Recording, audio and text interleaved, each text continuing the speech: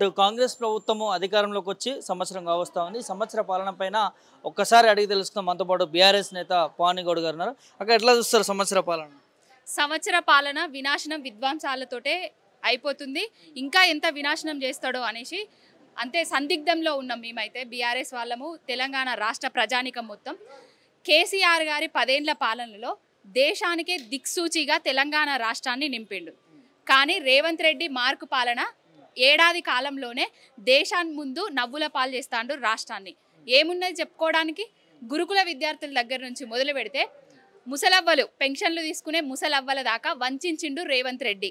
నేనిస్తా వస్తా ఇచ్చేస్తా అది చేస్తా అనేసి కొన్ని ప్రగల్భాలు పలికిండు. అవి మాటలకు మాత్రమే పరిమితమైన సంక్షేమంతో సంబరపడ్డరు. కేసీఆర్ గారి పాలనలా వినాశనంతో విలిపిస్తున్నారు. ఇప్పుడు రేవంత్ రెడ్డి పాలనలా ఏం చేస్తాడో ఏమవుతుందో అనేది తెలంగాణ రాష్ట్ర ప్రజానికం మొత్తం చూస్తూనే ఉన్నది. రెగ్యులర్గా మనం చూస్తూ ఉన్నాం. ఇప్పుడు దాదాపు 7 రోజుల నుంచి కూడా విజయోత్సవాలు అంటూ కూడా రాష్ట్రంలో మేము ఇది ఇచ్చినాం, ఇది చేసినాం, ఉద్యోగాలు ఇచ్చినాం, అభివృద్ధి చేస్తున్నాం, పథకాలు ఇచ్చినాం, ఏ దేశంలో లేనట్టుగా అభివృద్ధి చేసినాం అని చెప్పి కూడా ముఖ్యమంత్రి మాట్లాడుతూ ఉన్నారు. అవి విజయోత్సవాలు కాదు, దగోత్సవాలను పెట్టుకోవాలి. విజయోత్సవాలంటే రైతులకు రైతు బంధు ఇచ్చిండా?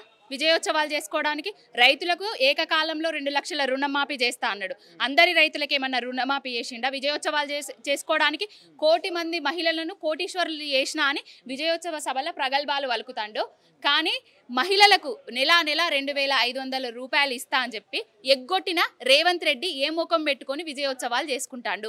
విజయోత్సవాలు కాదు, వాళ్ళేదో పార్టీలు చేసుకోవాలనుకున్నారు. ప్రజల దగ్గరికి పోయి ఏమన్నా విజయోత్సవాలు చేసుకుంటున్నారా? సభలు పెట్టి ప్రజలను వాళ్ళ దగ్గరికి పిలుచుకుంటున్నారు. ఏ నియోజకవర్గంలో కానీ, ఏ ఎమ్మెల్యే కానీ, ఏ ప్రజాప్రతినిధి కానీ కాంగ్రెస్కు చెందిన వాళ్ళు ఊర్లల్లో రేవంత్ రెడ్డి ఫ్లెక్సీలు కానీ బోర్డులు పెట్టి కానీ పాలాభిషేకాలు లేకపోతే ఏదన్నా చేస్తున్నారా? ఓన్లీ విజయోత్సవాలు అనేది వాళ్ళ గాంధీ భవన్ల మినహా తెలంగాణ రాష్ట్రంలో ఎక్కడ చేస్తున్నారో ఒక్కసారి చెప్పండి.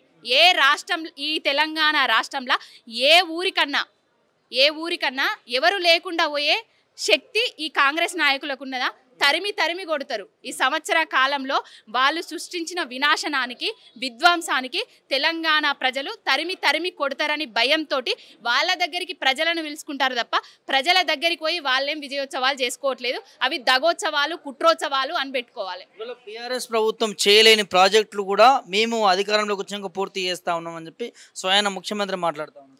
సిగ్గులేదా జీడిగింజ అంటే నల్లగుండ నాకేం సిగ్గు అన్నట్టుగా ఉన్నది. ఇది ఏంటంటే ఏడాది కాలంలో 1,00,000 కోట్లకు పైచిలుకు అప్పులు చేసిండు రేవంత్ రెడ్డి. 1,00,000 కోట్ల పైచిలుకు అప్పులు చేసినా కూడా ఒక ప్రాజెక్టును కానీ, ఒక విద్యా సంస్థను కానీ, ఒక మెడికల్ కాలేజీని కానీ, ఒక కలెక్టర్ సముదాయాన్ని కట్టిన తెలివి లేదు. ఈ 1,00,000 కోట్ల అప్పులు ఏం చేసిండు అనేది ఆయనకే అర్థమైతే లేదు. కాంగ్రెస్ నాయకుల జేబులు నింపుకుంటారు, వాళ్ళ కుటుంబము పెరుగుతుంది తప్ప పేద ప్రజలకు ఇచ్చిందేం లేదు, చేసిందేం లేదు. అసలు కాంగ్రెస్ అంటేనే స్కాములకు పుట్టినిల్లు. దేశంలో A to Z స్కాములు చేసింది కాంగ్రెస్ పార్టీ. ఇప్పుడు తెలంగాణ రాష్ట్రంలో కూడా అదే విధంగా పాలిస్తున్నారు.